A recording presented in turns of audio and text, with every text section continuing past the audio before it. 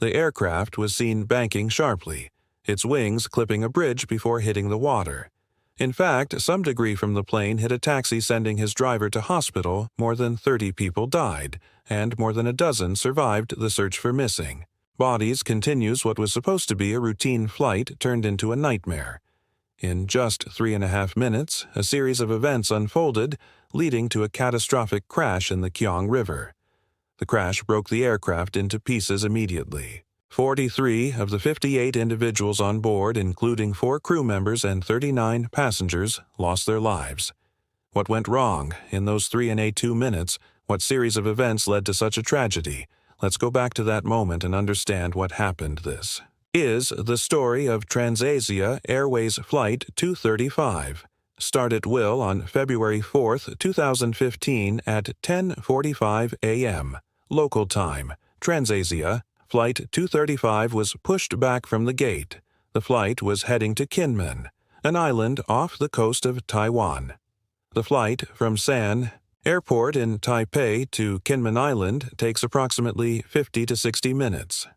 The aircraft involved in this incident was an ATR 72-600, a more recent model than the ATR 72500, both used by TransAsia Airways. They usually have seating for 68 to 78 passengers. This particular aircraft was made in 2014 and had flown for about 1,600 hours before the incident. 2 Pratt & Whitney engines powered the aircraft on the day of the accident.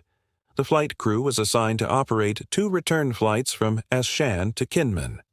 The flight crew consisted of 3 people. Captain Liao Chenung, 42 years old, was the pilot in command and took the left seat. He had almost 5,000 flying hours. Of these, 250 hours were on the ATR 72-600. He was assigned a flight schedule encompassing 4 sectors. The first 2 flights proceeded without incident. However, the third flight with EI-2 of 58 individuals on board tragically unfolded. After retiring from the military, he joined a local airline. He faced significant challenges during his transition training, specifically with multitasking, prioritizing, making decisions, and performing under pressure. These difficulties led to the termination of his training. Despite this setback, he joined TransAsia Airways in August 2010 and successfully completed his first officer training, eventually being considered for a command upgrade during the command upgrade process. His performance was marginal, and he notably failed the final simulator test. However, he managed to pass a recheck after additional training and was promoted to captain. The following month, his training records indicated consistent difficulties with emergency situations, especially engine failures at takeoff, although he eventually passed all required tests. Concerns were raised about his ability to handle stress and emergency procedures. TransAsia Airways offered remedial training for specific failures, but lacked a comprehensive review program to address recurrent performance issues. This absence of a systematic approach to pilot performance review meant that persistent deficiencies in critical areas were not adequately addressed, posing a potential safety risk. Alongside him in the right seat was 45-year-old Captain Liu Such-chung. He had almost 7,000 flying hours. Of these, 794 hours were on the ATR 72-600. Also in the cockpit, seated in the jump seat, was a 63-year-old first officer. H. Ping Chong was present for an observation flight, a part of his training. He had more than 16,000 flying hours. Of these, 8 hours were on the ATR 72-600. After starting both engines, they began taxiing towards the runway for departure. They were directed to follow the Mucha to Quebec departure procedure, which required the aircraft to turn right and climb to 5000 FT. Additionally, the departure procedure included an engine outstanded instrument departure. The EOS ID, or Engine Outstanded Instrument Departure, is a special route for an aircraft losing an engine soon after taking off. If this happens, pilots must follow this route. This ensures they can safely fly around any obstacles that could be hard to navigate with only one engine working. There were numerous discussions between the pilot, monitoring, and the first officer while they were taxiing. The pilot Monitoring explained the differences between the ATR 72-600 and the 72-500 model to the first officer. However, this was not in compliance with the sterile cockpit rule, which restricts non-essential communication during taxiing. Despite the intent to educate the observer pilot about the aircraft systems as part of his training, these lengthy discussions were a source of distraction and could have led to the omission of an appropriate pre-takeoff briefing. To understand this story fully, we'll first present a version of the accident with explanatory animations and definitions of technical terms. Following that, we'll show a second version of the incident, this time without the animations and definitions, to give a sense of how quickly everything happened. At 10:51 local time, the aircraft initiates its takeoff, row from runway 10. Just 4 seconds into the roll, the pilot monitoring noticed something unusual. The ATCs is not armed, really. Yeah, takeoff inhibit, despite both pilots noticing the takeoff. Inhibit, warning the pilot flying, chose not to abort the takeoff, instructing the crew to proceed as planned. The precise reason for his decision is not clear.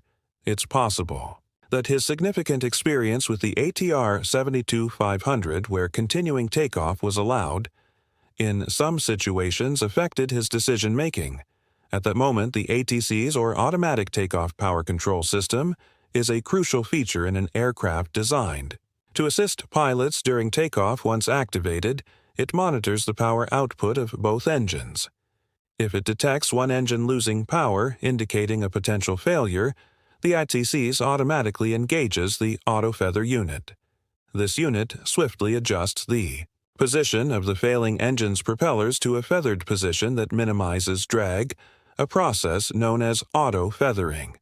In addition to auto feathering, the ATCs boosts the power of the operational engine by about 10%, significantly improving the aircraft's takeoff performance. On the ATR 72-500, pilots could still proceed with the takeoff if they encountered difficulties arming the ATCs. However, this approach was considered unsafe on the ATR 72-600, requiring a rejected takeoff if the ATCs couldn't be armed. Unfortunately, TransAsia Airways and ATR did not effectively relay this vital difference to its pilots. This lack of communication would have dire outcomes in the lead-up to the accident. The ATPCS-1, shortly after takeoff, the landing gear was retracted once the aircraft achieved a positive rate of climb. As the aircraft climbed, the crew set the autopilot for an altitude of 5. Igorzo 20FT and an airspeed of 115 knots. The Songshan Tower controller instructed the flight crew to contact the Thai approach while the aircraft was starting a right turn and climbing through an altitude of 1,000 ft as the aircraft kept turning right, and climbed past 1,200 ft. The master warning sounded in the cockpit, and the Engine 2 flame outer takeoff procedure appeared on the engine warning display. Take a look. What the pilots didn't know was that Engine number 2's auto feather unit malfunctioned. Due to manufacturing quality issues, specifically because of defective soldering joints, this malfunction activated the automatic takeoff power control system sequence, leading to the unintended auto-feathering of Engine number 2's propellers, adjusting them to a position that reduces drag. At the same time, Engine number 1 was in an up-trim condition with its bleed valve closed, enhancing the power of the operational engine. Seconds later, the ATCC sequence ended. The right engine was fully feathered and no longer providing any power as the aircraft climbed through an altitude of 1,300 ft. The autopilot disconnected, and the pilot flying took control of the aircraft. There were no verbal exchanges or announcements between the flight crew regarding the disconnection of the autopilot. The Aviation Safety Council writes in its report that the pilot flying intentionally turned off the autopilot while flying, whereas the Civil Aeronautics Administration, now the FAA, indicates that by emulating the occurrence flight under the same condition in the simulator, the autopilot was disconnected by itself, not by the flight crew. Normally, the autopilot is capable of managing an engine failure. However, with the need to manually control the aircraft, the situation became significantly more stressful for the crew. I will pull back Engine 1 throttle. Wait a second, cross-check, but without performing the engine failure identification procedure, the pilot flying pulled back the power lever of engine 1 from 75 to 66 degree. A change that went unnoticed by the captain monitoring it was a strange action. Since this was the only working engine, it appears that the pilot flying mistakenly identified engine 1 as the malfunctioning engine, heading mode. The pilot flying and pilot monitoring both announced heading mode and continued the flight as the aircraft continued to climb. The selected heading was changed to 092 degree, while the pilot flying kept turning to the left. OK, engine flame out, check, up trim. Yes, auto feather, yes, OK, watch the speed, the indicated airspeed. Had reduced to 101 knots, 14 knots below the selected airspeed, and a few knots above the stall warning speed P-back number 1. The pilot flying pulled back the power lever of engine 1 to 49 degrees, OK. Now number 2, engine flameout confirmed, OK. As the aircraft had climbed to 630 ft, which was the highest altitude recorded for the occurrence flight, the indicated airspeed mode automatically disengaged and reverted to pitch hold mode because the engines were not providing enough power to continue climbing. Terrain. Ahead, OK, lower you are. Low following the initial stall warning. The stall warning persisted for 4 seconds, accompanied by the activation of the stick shakers, mechanical devices installed in aircraft to provide feedback to the pilots when the aircraft is nearing an aerodynamic stall when activated. Stick shakers vibrate the control column, alerting the pilot to take corrective action to prevent the aircraft from stalling. OK, push back. Wait a second. Throttle, the pilot. Flying responded by adjusting the power lever of engine 2 to 86 degree and yashirin. The power lever of engine number 1 to the idle position. The aircraft maintained a continuous left turn with a 10 to 20 degree angle of bank, descending rapidly at an air speed of 101 knots. Number 1. Feather shut off. Number feather, the pilot monitoring was confused, which isn't surprising given the amount of information the crew had to process in a very short time. To complicate things further, the stick shakers and stick pushers were activated again. The pilot flying shut off engine 1, and 6 seconds later the propellers reached the feathered position. Both engines were now lost. Mayday, engine flame out. The aircraft began to bank to the right. The flight crew attempted to engage the autopilot twice, but were unsuccessful. How come it becomes like this? Both sides lost. No engine flame out. We lost both sides. Restart the engine. They were flying at an altitude of 545 ft with an airspeed of 105 knots. He subsequently repeated, restart the engine 7 times. The crew failed to detect and correct the power loss from both engines in time. During the attempted restart, the aircraft stalled and began to bank to the left at an altitude from which it could not recover. Wow pulled back the wrong side throttle. The aircraft's left wing collided with a taxi on the overpass and then struck a fence. After these collisions, it continued to bank left and entered the river. Inverted. Let's go back to the start of the incident and watch it again. But this time without animations or technical explanations. This approach gives us a raw, unfiltered perspective, helping us better understand the swift progression of events. The ATCs is not armed. Really? Yeah, takeoff, inhibit, continue to take off. We will continue. Oh, there it is. ATCs armed, take a look. I will pull back, engine 1, throttle, wait a second. Cross-check, heading mode. OK, engine, flame out, check. Check up trim. Yes, auto feather. Yes, OK, watch the speed pullback number 1. OK, now number 2, engine flameout confirmed. OK, terrain ahead. OK, lower, you are low. OK, push back. Wait a second, throttle. Throttle, number 1. Feather, shut off number feather. Mayday, engine flame out. How come it becomes like this? Both sides lost. No engine flame out, we lost both sides. Restart the engine. Wow, pulled back the wrong side.